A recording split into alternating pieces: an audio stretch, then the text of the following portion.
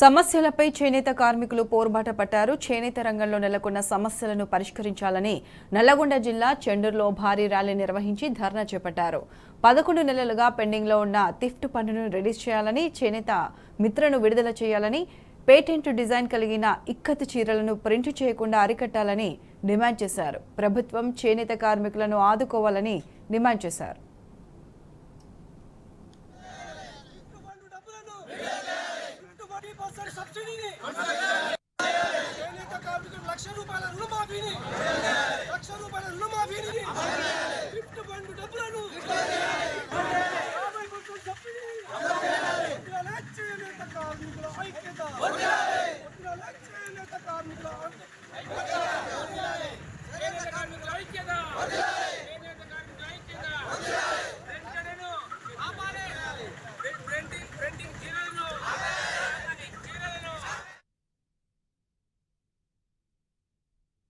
మా చేనేత కార్మికులకు గత ప్రభుత్వం పెట్టిన స్కీములు థిఫ్ట్ ఫండ్ గాని, చేనేత మిత్ర గాని ఆ ప్రభుత్వము ప్రభుత్వము కేసీఆర్ గారు కొనసాగించారు.